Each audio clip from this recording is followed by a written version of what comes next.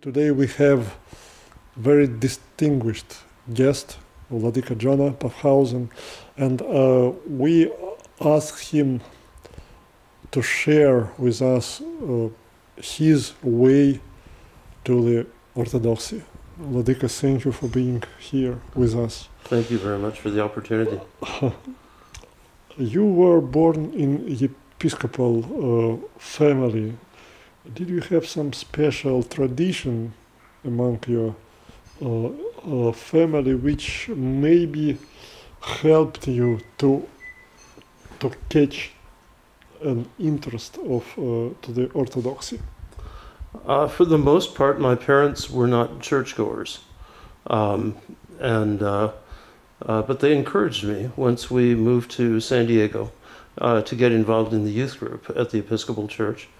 And so I did, and started going to church there along with that. To Episcopal Church, yes. And they had a very big, active youth group, and that was a big influence on me. Then I gradually became more and more involved in the church, became an altar boy, and began to study the theology and the spirituality of the church. So you were converted, you have converted to the Orthodoxy exactly 40 years ago in 1978 when you were very young, 19 years old man. Do you remember the first time when you came to the Orthodox Church, and what did you, young James Pavhausen, feel at that time? Well, I encountered Orthodoxy in a bookstore, a mystical, or a hippie bookstore at that time. Hippie bookstore. I picked up Vladimir Lossky's Mystical Theology of the Eastern Church. And I read the first paragraph, and I knew I had no choice but to become Orthodox. If this was what the church taught, then I knew this was right. And so I had this sense. And so I picked a church out of the phone book.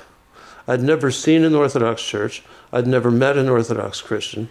I had a vague association with Russian Orthodoxy. And so I picked out one that sounded likely. And it was St. John of Kronstadt, Russian Orthodox Church in exile in San Diego, a ROCOR church. But the Episcopal Church that I had been going to, was a very big, very wealthy church, with 10 priests on the staff, and a huge place. St. John of Kronstadt is a little tiny church in at that time a house that was half converted over to being a church, and of course I had no idea what to expect. And so I walked into the garage, which was where the chapel was. There was this old priest with long white hair and a long white beard in strange vestments, going on and on in a strange language. 2 young girls in Russian peasant costumes with long golden braids down their backs, singing in a strange language, and several elderly people in the back, crossing themselves backwards and bowing to the ground. And I thought, this can't be it. And so I didn't know what to think. That was my first experience. I went to several other churches, a Greek church, a Serbian church, the OCA church, which was actually more Russian than the ROCOR church. It seemed impenetrable. But finally I found the Moscow Patriarchal Church, Father Ramon Merlos, who is a Mexican national. He's still the priest there, 40 years later, and found a home there. You decided to learn Orthodoxy from the first paragraph of that book. What was the paragraph? The first line is basically, all theology is necessarily mystical theology. Sometimes coming to the faith is like a flash. Sometimes it's a result of serious spiritual work. What was your case? Well, I came to faith actually when I was about 14 or 15, and I was sitting in math class, and all of a sudden I was in the presence of God, and he said, "You're going to be a priest." And then I was back in math class. And so it was a calling experience, it was a mystical experience, but it's one that I have not doubted, because it was truly an experience of God. And I've spent the rest of my life following that calling. So it was like a flash and a mystery, yes? Yes, out of the blue.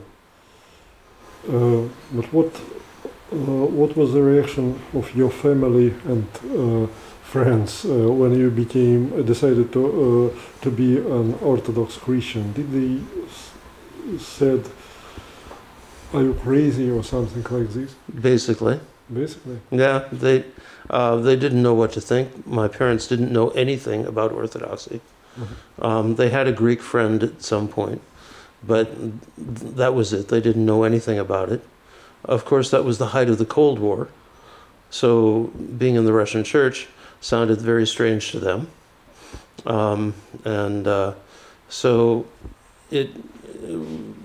But I pursued it anyway. I was in college, and I had the freedom to make my own decisions. Mm-hmm. By the way, in the college you studied anthropology, yes? Yes. Mm-hmm. And at that time you came to the Orthodoxy. There are some links between anthropology, in your case, between anthropology and Orthodoxy. Well, it was very useful for me to study anthropology, because what anthropology is about is the study of different cultures. And Orthodoxy is an experience of many different cultures. And so to be able to look at a culture and understand what's going on in it, and to participate but also to observe, was very helpful. And coming back to your family, how difficult it was for your parents, for your entire family, and for you also? It was, I suspect, it could be serious disagreement or serious, at least, challenges. There were some serious challenges and a couple of serious disagreements, but in the long run they were supportive. There were a couple of arguments that were not very pleasant, but basically they stood behind me making my own decisions. Mm-hmm. And later your mom became Orthodox? Yes, she did, and my sister as well. But on her deathbed. Did they understand that Orthodoxy is the best way? I think my mother certainly did. My sister had definitely come around to accepting the faith.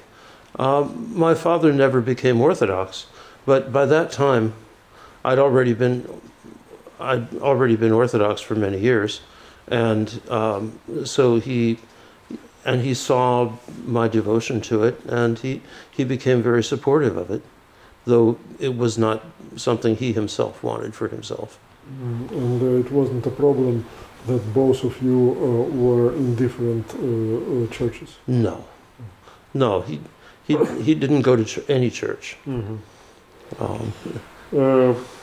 You were baptized in 1978 in the Moscow Patriarchate's Church of Our Lady of Kazan. Yes. What does this Kazan icon means something special for you? Well, it certainly does. I was received by Chrismation in 1978, and of course, my first parish was Our Lady of Kazan in San Francisco. When I was in the San Francisco area, when I was in college, I got to know nuns at the Skeet of Our Lady of Kazan, and then after I became a priest, I served them for several years as their confessor. And the church at the Volam Podvorya in St. Petersburg, where I spent a lot of time, was Our Lady of Kazan. So I feel like I have a real link to that holy icon. So maybe you have some specific links with this icon. Maybe you can tell us how this icon, how Our Lady through this icon helped you in your Orthodox way from the beginning, and now. Well, the icon has always been a constant companion. It's one of the Troparion is one that I have by memory, and it's always been a great consolation whenever I've had a chance to venerate her in whatever church I've seen her, wherever I've gone. But probably the most important encounter with the Mother of God that I had in my life, or at least the first one, was at the Skeet of Our Lady of Kazan in Santa Rosa, when the Kursk icon was brought there. Mm-hmm. And when the Kursk icon came into the little chapel, it seemed like the Mother of God came with it, and her presence and her grace. What did you feel at that time? That I needed to run away. Why? Because I felt totally unworthy to be in her presence. And you didn't run away? No, I didn't run away. And also why? The Mother of God, with her grace, reaches out and embraces you, and it's a very beautiful thing. I've had the blessing to encounter quite a number of the miraculous icons of the Mother of God, and it's the same with each one, though each one is unique. Each one is different. Mm-hmm. You told about the first Orthodox priest in your life with big birds, with a strange dress.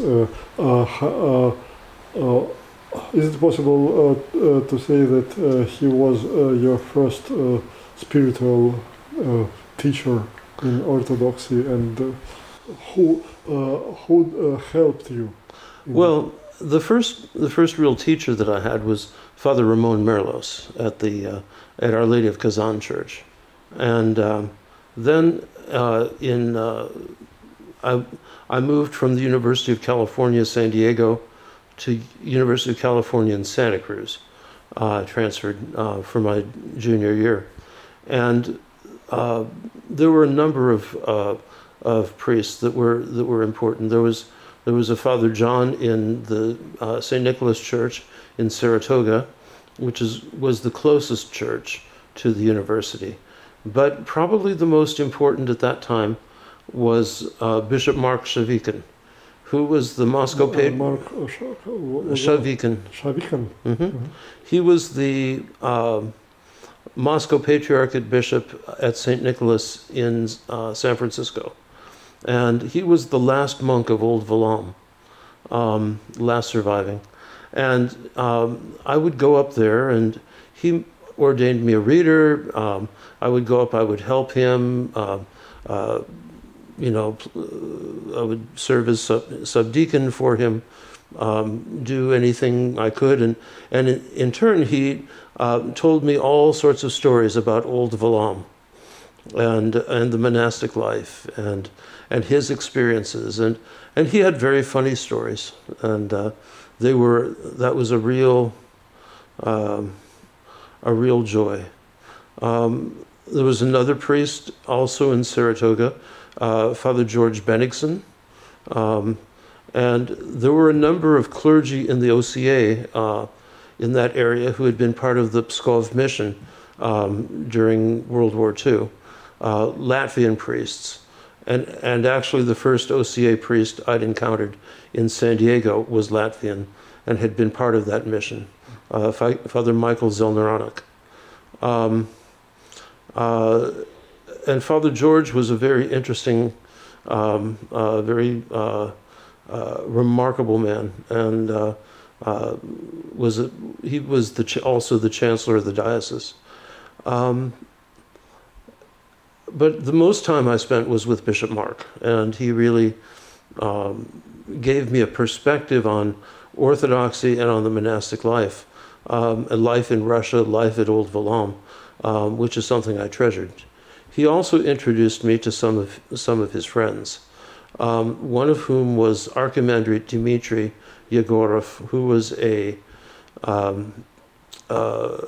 co-ascetic with Vladika Mark at Valam.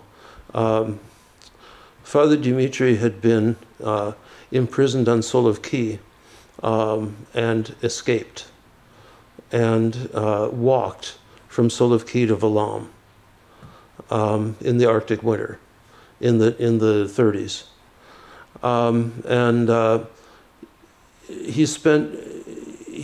Valam, of course, was closed at the end of the 30s, and Father Dmitry, not being a Finn, but he had been from Moscow, went to Paris, and he did his studies in Paris, and then eventually ended up in San Francisco. And from San Francisco, he moved to Point Reyes Station, where he founded the St. Eugene's Hermitage. And he also established the Our Lady of Kazan Skeet in Santa Rosa. And Father Dmitry was I believe he was an elder, and he was probably one of the most influential people in the development of monasticism in the Northern California area. And so he lived as a hermit in Point Reyes for, I believe, 17 years. And then 30 years after that, I moved into that skeet in Point Reyes. So have a long-term connection there. But what all these people told you about Old Valam, can you share some maybe most remarkable stories?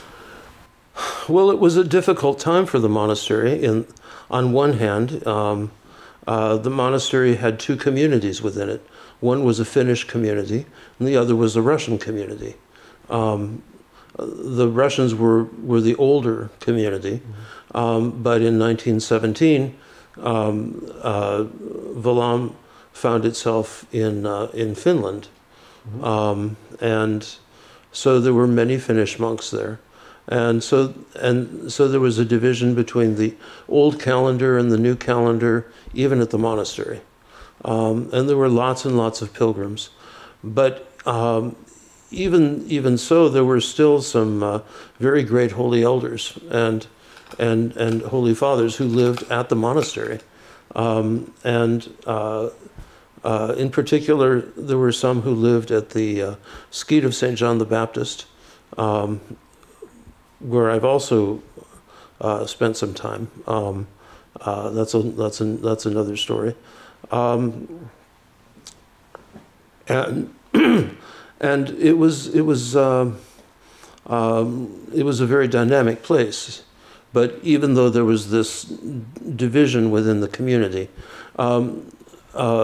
Bishop Mark, who at the time was Brother Leonid, was the secretary and Kilenik for Igumen Hariton. and of Valaam, yeah, who was a rather famous author, and who took down, wrote The Art of Prayer. I don't know what the title is in Russian. Art of Prayer. At the end of the 30s, when it became clear that war was brewing, 1939 was the Winter War between Finland and Russia, or Finland and Soviet Union, and the Soviet Union took most of Karelia. Valaam found itself in the Soviet Union, and so the entire monastery was evacuated to central Finland, and so they established New Valumo.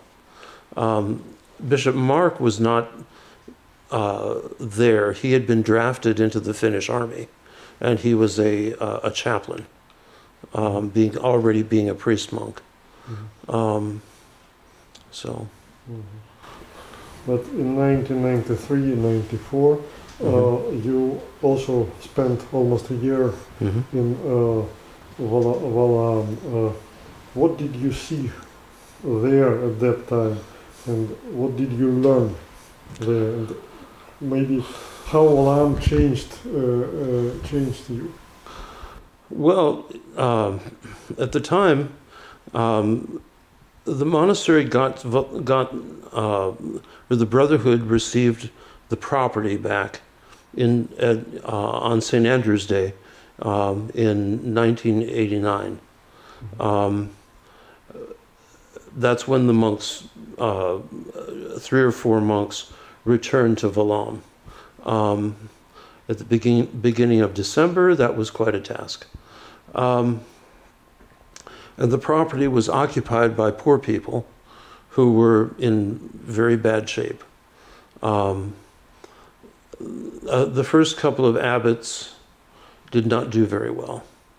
And so in 1993, Elder Kirill at the Lavra designated Father Pancrati, who had been the econom of the Lavra, but was pursuing the life of a hermit in the Caucasus.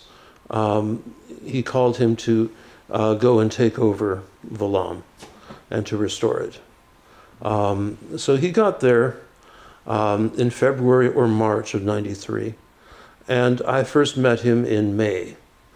So he was quite new at the time, and immediately we hit it off. He's only a few years, 3 or 4 years older than I am, and but we bonded, and it was like I'd found my own brother, but yet also somebody that I profoundly respected and whose life I wanted to emulate. So eventually, I concluded my work in Moscow and went to join him. And he had a plan, and he took me to see Elder Kirill, and Kirill Pavlov, yes? Pavlov, yes, and who blessed me to become a priest monk. And so I did. But then, and at the time, there was not only the island to worry about, and the monastery had to buy out all of the people who were living in the monastic apartments or monastic quarters, hundreds and hundreds of people, many of whom were also stealing everything they could get their hands on from the monastery. Everything was a mess. Everything had gone to rack and ruin, and even the buildings themselves needed to be restored. And many of the churches were just in ruins. The first thing that had been given back to the monastery was St. Petersburg Podvorya. Now, one of the abbots, one of the first namestniks, had the brilliant idea that the first thing that should be restored were the abbot's quarters. And so he bought beautiful rosewood furniture and everything. He even had wallpaper with his initials on it. You can see where his priorities were. The Brotherhood was a mess too, and people had their own agendas, and there was no unity. And so then Father Pancrati had a huge task ahead of him. They also had just received back the Moscow Podvorye. And one of the ideas was that he wanted to put me in charge of the Moscow Podvorye, which had to be restored. There were 2 floors erected in the church, and the whole place was a mess. And so part of my task was trying to find money to do that. And so I was working, part of my background is in real estate finance. And so he had me working in real estate finance for the benefit of the monastery. It's kind of an odd thing for a novice. Usually novices at Vallam are chopping firewood and emptying latrines, whereas at that time. And so I had a rather different obedience. But he showed me everything that he was doing so that I could learn, how to manage a monastic administration. And I'm very grateful for that. He had a vision of, for the monastery, that it should include, or it should take into account, the monasteries of Mount Athos in how it runs, in how it does, and how it governs various aspects of its life. Because Mount Athos is in the south, and Vallam is known as the Northern Athos. And so things were being patterned on that. So I had I had quite an education while I was there. Spiritually, it was very it was quite a process.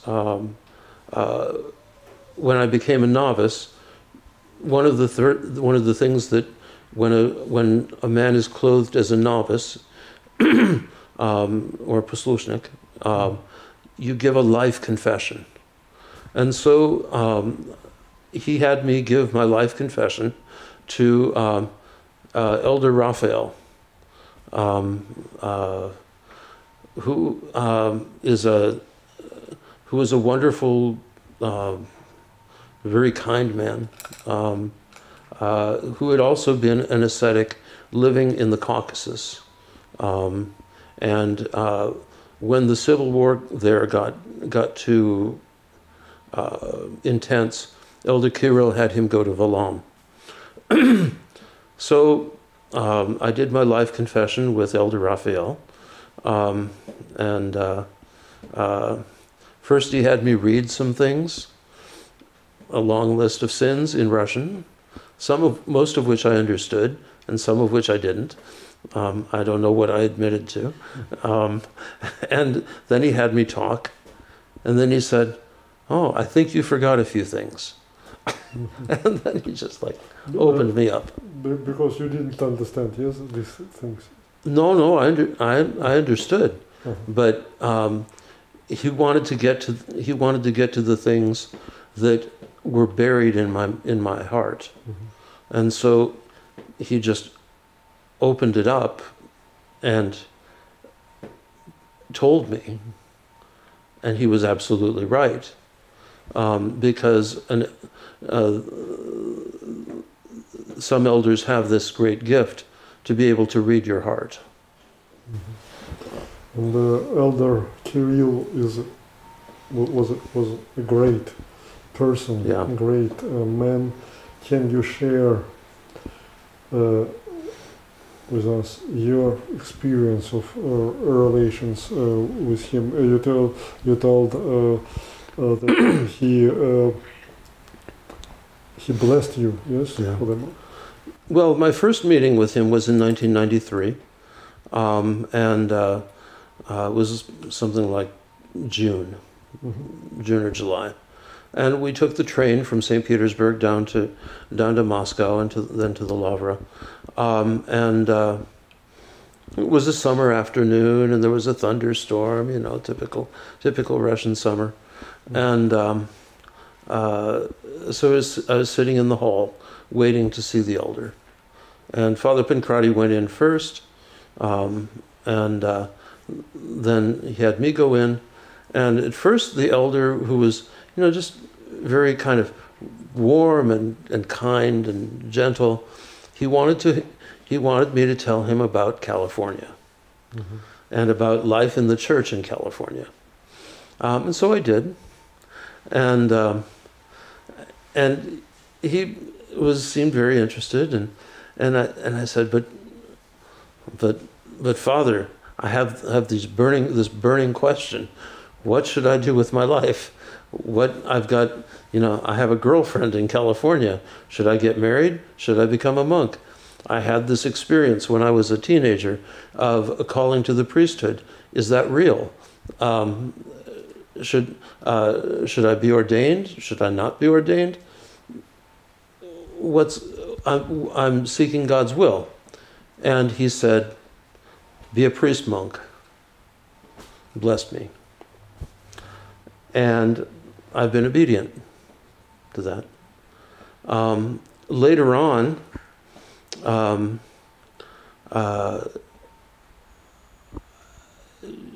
you know, several years later, I was given the obedience, partly by Father Pancrati, partly by Elder Ephraim in Arizona, to start a monastery. And they had said that they would help support me in that task. And without that, you'd have to be crazy to do it if you didn't have support like that.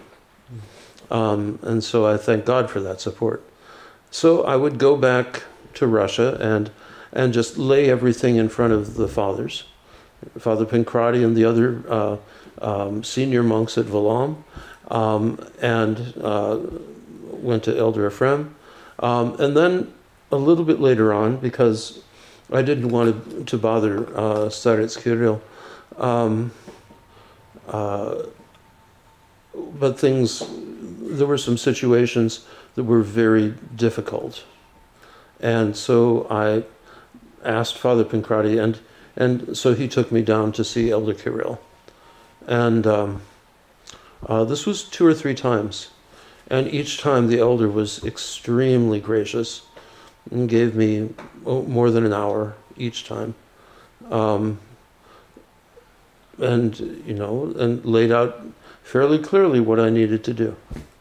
And to have that kind of support was fantastic. Previously you told me that you have very special relations with another great man, Saint Demetrius of Thessaloniki. Oh yeah. He is my angel, so this question is very personal for me. Can you share what relations do you have with him, and did you talk to him, and did you get responses? Well, the first time I went to the Holy Mountain was in 1994, and I went and venerated his tomb and in Thessaloniki before going to the mountain. But it was actually in 2005 I went again, and that was kind of the most important. In 1996, we established a monastery of St. John of San Francisco in Point Reyes. And then we were in Point Reyes for 10 years. In California. In California. But it was a very small place, and it's where Elder Dimitri what Elder Dimitri had developed as a hermitage, in other words, for one person. We had 12 people living in space meant for one.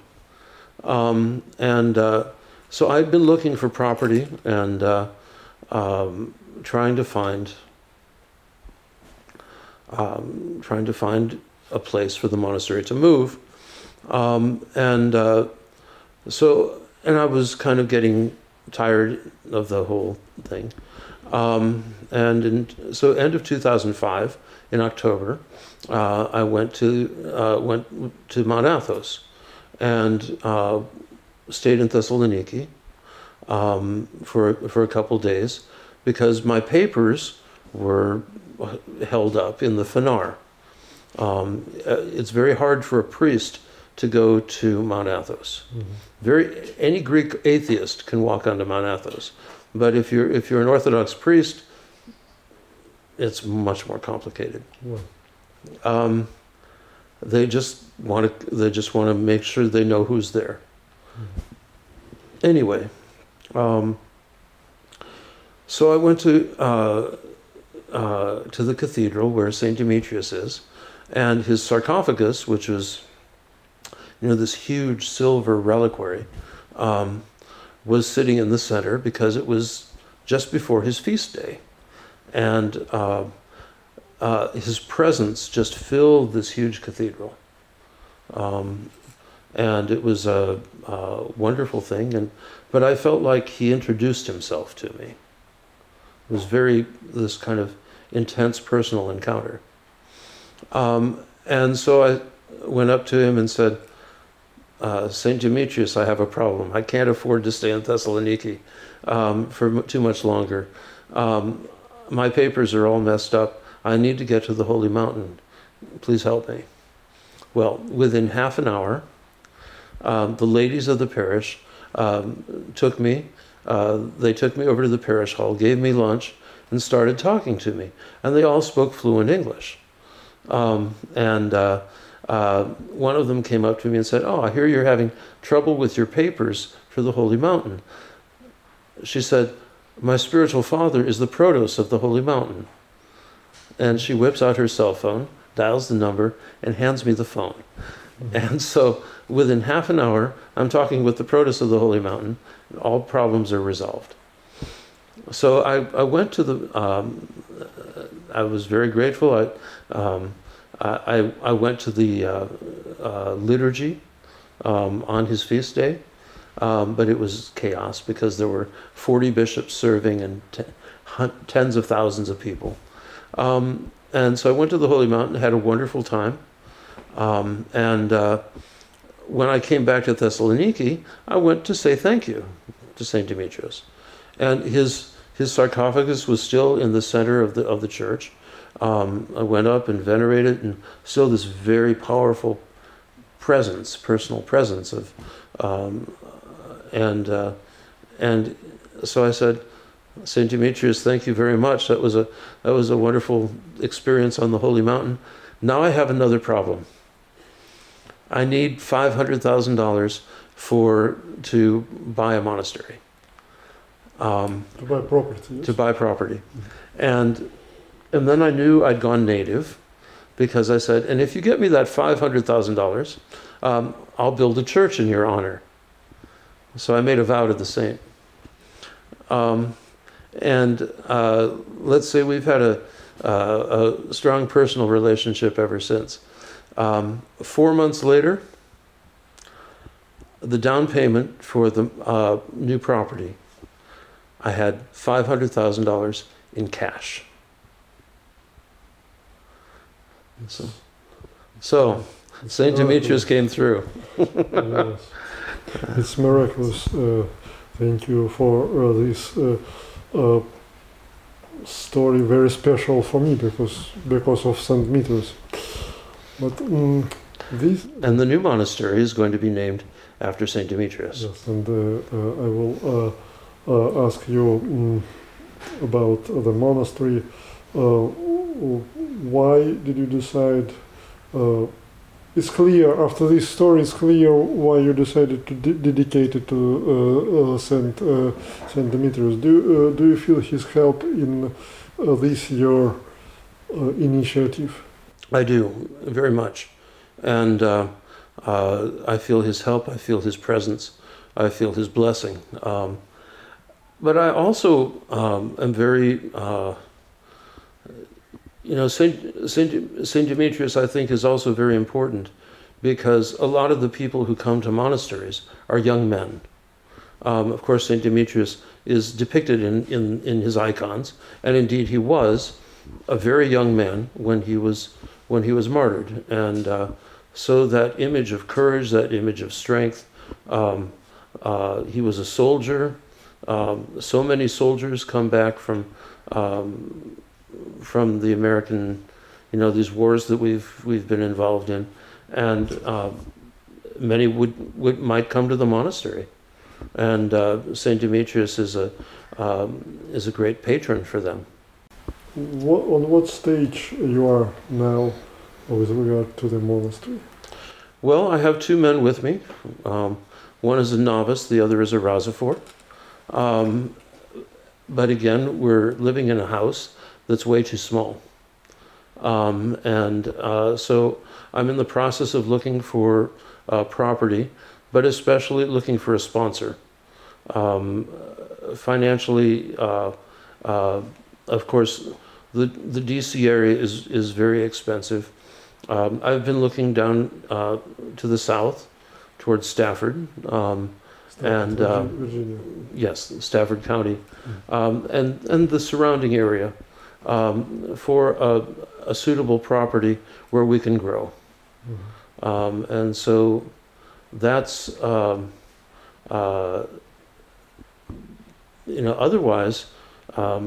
The monastery, I've got the furniture, I've got the chapel, it's all ready to go, as long as there's real estate that we can move into.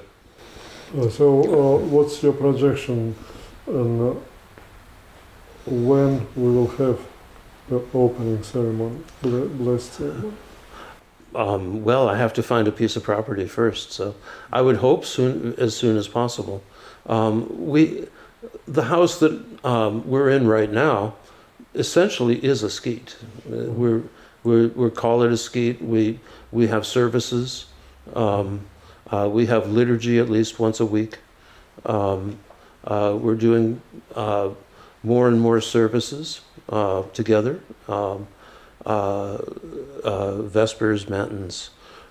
We do the Jesus Prayer service, like the monastery in Essex, where we do the Jesus Prayer together,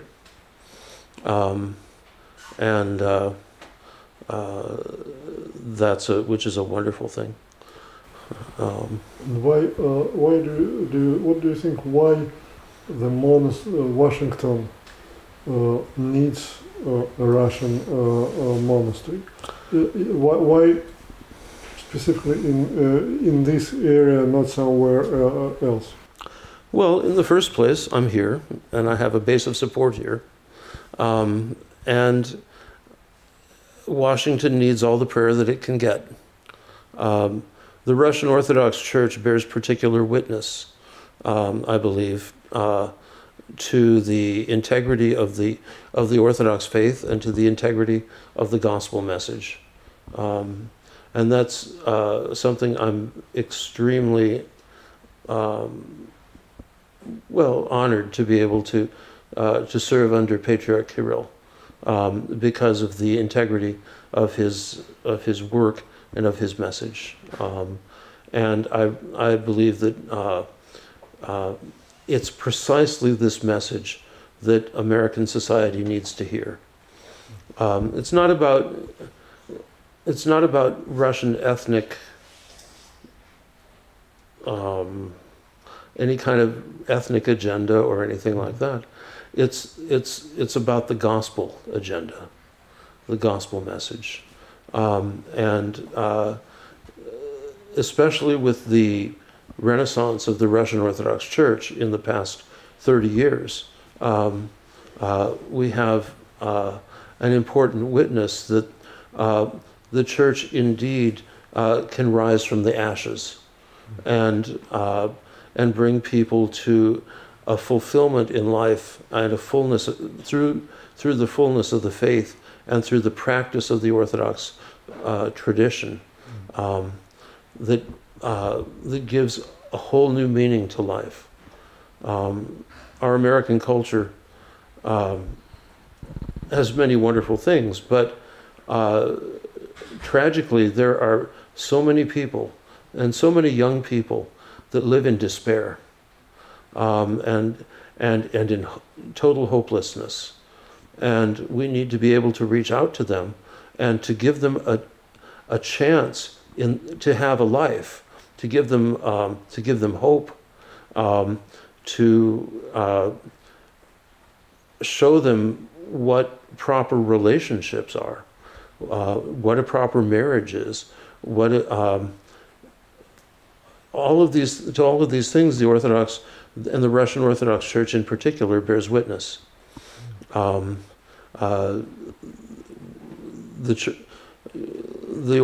Russian Church has taken a strong stand against abortion and for life, for marriage, for family. These are things that are critical, and the more that we can emphasize that message, the more we'll be able to overcome the darkness and the despair that grips so many people. Oh, another anniversary, 10 years ago in 2008, you became the first hierarch of the Orthodox Church of America, but you had to step down in 2012. Yes. I had different stories about your retirement from the OCE, about disagreements on abortion, about disagreements on same-sex marriages, but from the other side I also heard about your desire to reunite with the Russian Orthodox Church, and but other side said that about your inability to work with bishops. Where the truth is. I was very happy to work with the bishops, but one of the things that was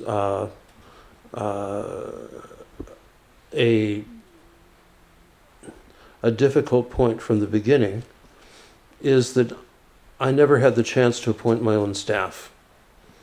Normally, when a metropolitan takes office, the previous administration hands in their resignations, and he puts in his own people.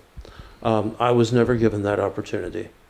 Instead, I was told that the existing officers have multi-year contracts and that they had golden parachutes, and it would cost the church hundreds of thousands of dollars to fire them.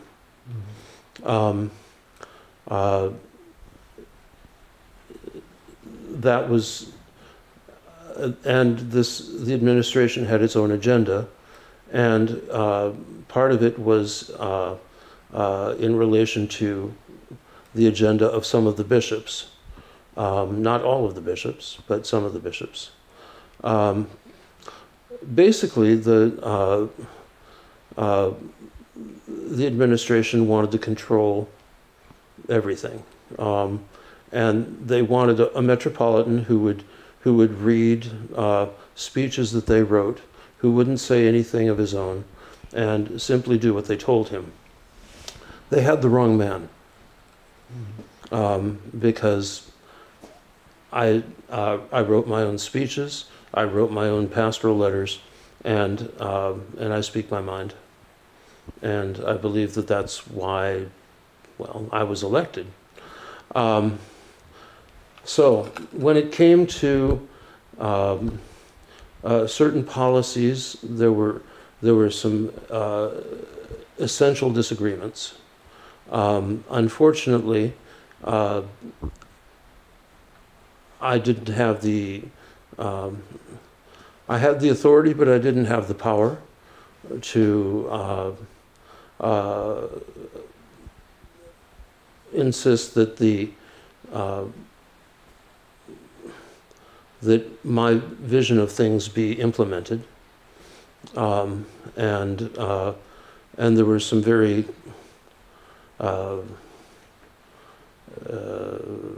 difficult situations, and some of it I just don't want to go into. But the main thing came up in relation to the development of the Assembly of Bishops. Up until I think about 2011, 20 or so, there had been an organization called SCOBA, where the primates, all the first hierarchs of all the jurisdictions, would meet and discuss things and essentially be a context to keep relations strong between the various jurisdictions in America. The Ecumenical Patriarchate basically led a movement to develop the assemblies of bishops, which was kind of a precursor to the development of a united synod. So it was about Orthodox unity in America.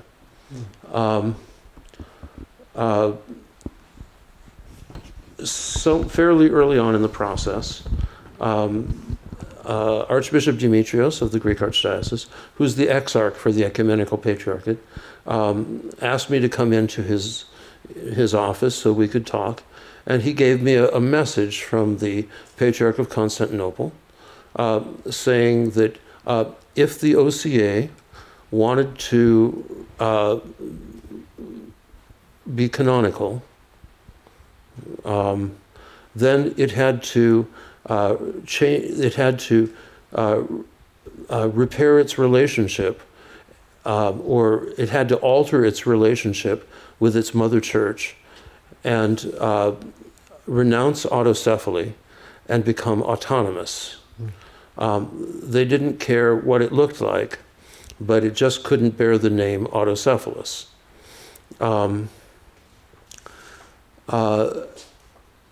And he said that if the OCA did not do that, it would be excluded, not only from the Assembly of Bishops, but with the implication that eventually it would be cut off from being recognized as a canonical church. Already most of the Greek Orthodox world did not recognize the OCA as a canonical church and would not concelebrate. So when OCA priests would go to Jerusalem, they were forbidden from concelebrating, and various places in Greece, sometimes on the Holy Mountain, and other places in the Orthodox world. And so I thought this was something unacceptable. And it's the basic job of the Metropolitan to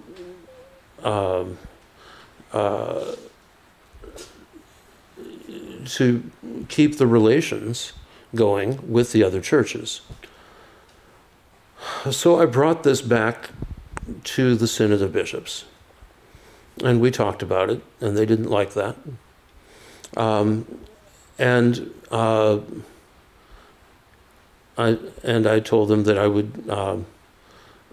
I would do some work on it, more work on it, and bring them a proposal, and I'd totally open of what I was doing, so as a result, I had a series of meetings with Metropolitan Hilarion Alfeev. I'd asked Archbishop Demetrios, well, should the OCA go under the Ecumenical Patriarchate? Because that would resolve all the canonical issues. And he said, no, the OCA, the Ecumenical Patriarchate would not touch the OCA because the OCA is Moscow's problem. Moscow created it. Moscow can deal with it. So that door was completely closed.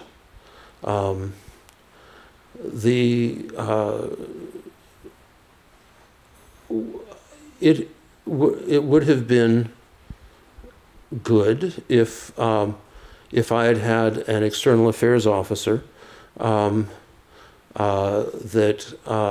I trusted, but the Russian Orthodox Church did not trust the external affairs officer and wanted to work with me directly. And I had the language.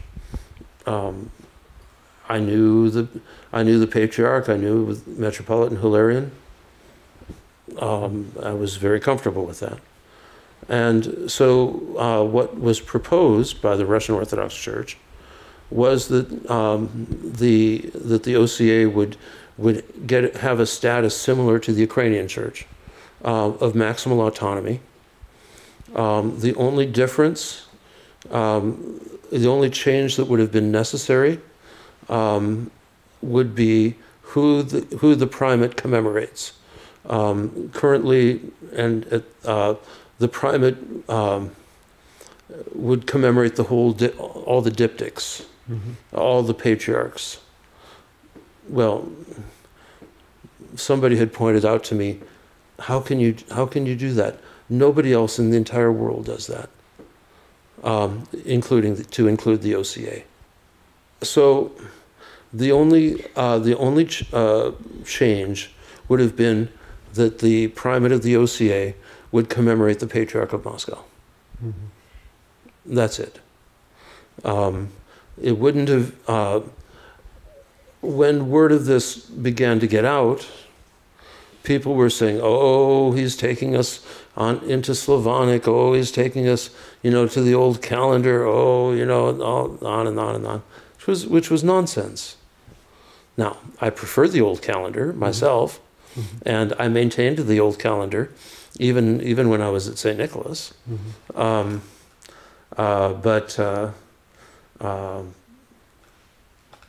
that was not to be. So this created a huge rift with the bishops, because they didn't like me negotiating with Moscow, and B, they did not like Moscow. They did not want to be part of the Russian Orthodox Church. Now, part of that is that a substantial part of the OCA has no connection with the Russian Orthodox Church. They're Romanians, Bulgarians, Albanians. They're ethnic. There's no ethnic connection. And quite frankly, most of the Carpatho-Russians, 5 generations ago, came out of the Austro-Hungarian Empire and had no connection with Russia, depending on where the border was at the time. So the OCA is a very different church than, say, ROCOR is. It's got a much broader composition of ethnic groups within it. So the bishops, they basically rejected this whole idea.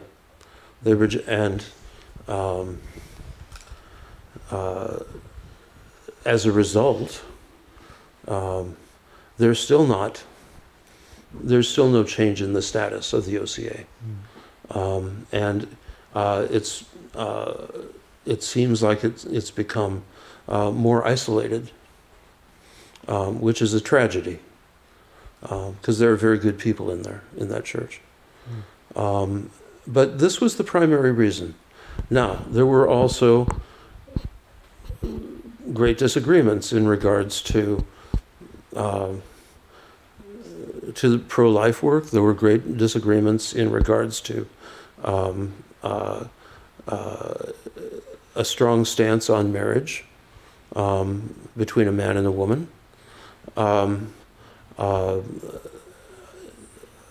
In opposition to homosexuality. You know, basically all of the agenda that Patriarch Kirill is advocating, which it's not that I accept it because he said so, it's because I believe that he's right. And so there were forces within the OCA that are, shall we say, more, they would say, progressive, and did not want the emphasis on these moral issues. And so all of that together combined into a lack of trust, along with, you know, certain other kinds of lesser issues which created a mutual lack of trust. On January 1st, 2012, you became the first the OCA first hierarch who served the Divine Liturgy, the Record Church here at St. John. I remember my personal feelings that I understand that was a huge and very important step. Was it difficult to you to make this step? It was some kind of even provocation for the OCA bishops who didn't want to reunite with Russia. I don't believe the OCA bishops have a negative attitude towards ROCOR. I think they disagree with some of ROCOR and Russia's policies and stances, but generally they're open. So that didn't create any major issues. But it was a wonderful thing, and it was it's something that broke the ice. You mean between the OCA and ROCOR. So, but what did you feel at that time, and how do you see on that step now, 7 years later? Well, I'm very glad that I had the opportunity to reconcile or to participate in the reconciliation with Metropolitan Hilarion of the two sides. Of course, there were Hilarion Capral or Hilarion Alfeev? Capral. The ROCOR first hierarch, but to work on that reconciliation and bring it to its fulfillment in full Eucharistic communion. He and I can celebrated liturgy, and I'd gotten to know him, you know, previously, and so I felt entirely comfortable with him, and appreciate him as a hierarch and as a friend, I have to say. Could you please tell about your experience of changing jurisdictions from the OCA to the ROCOR? Was it a difficult time to you, and who helped you at that time, and whom did you pray, and what did you ask in those prayers? Well, it was a very difficult time. It was? It was a very difficult time. I was very angry, and that anger eventually became depression. But what got me through that whole time was the Jesus prayer. I really dug into the Jesus prayer, and I'm very grateful to God for the grace that He gave me in and through that. Of course, I tended to bother St. John of San Francisco a lot because he's been a great patron for many years. He was the patron for my monastery in California. Mm-hmm. And of course St. Demetrius and the other saints, but especially St. John. Who established this parish? Who established this parish. For a while, I was in negotiations and sometimes arguments with the OCA administration, and but basically, we made peace, and have gone separate ways. But it took them 3 years to release me, and they had some requirements to do that, which I believe they had no right to ask. And so, for example, they wanted me to move 100 miles away, and so forth, and which I refused to do. And so finally, even though the house that I was living in Washington was simply a private rental from somebody totally unrelated to the church, I moved out of that house, and so that was enough for them, I suppose. There was an issue over what kind of severance was appropriate, and but once I came into ROCOR, and actually it was right at the very beginning of that process of, after stepping down from the OCA, what do? I wanted to come into ROCOR. And it's funny because I have had some friends in San Francisco. At that time, both priests, now Bishop Irenei, and Father James Carrazza, who is at the old cathedral in San Francisco.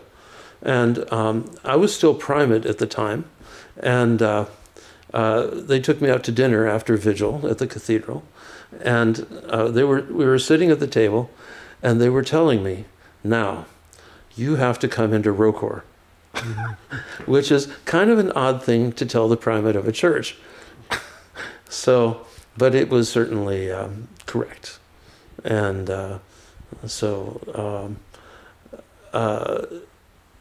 when I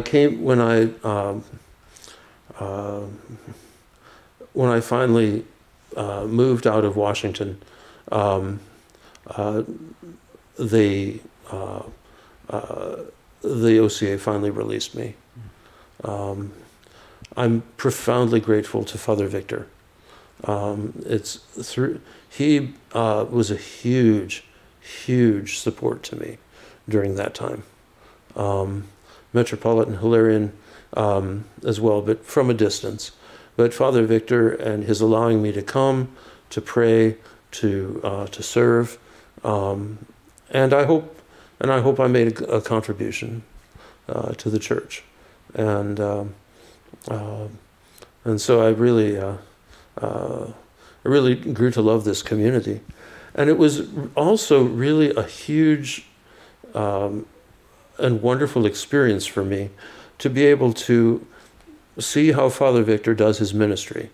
He's a very senior priest who he's been at this for more than 45 years, and to have the opportunity to observe and to learn from somebody with that level of experience is priceless. Now we're living in very challenging times when inter-church relations become more tension. Does this situation confuse people? It's a horribly confusing situation, and a very sad situation. Is this situation as a sign of religious freedom, or people try to come away from the bureaucracy, or what do you think? Well, it depends on what in particular you're talking about. In relation to Ukraine itself,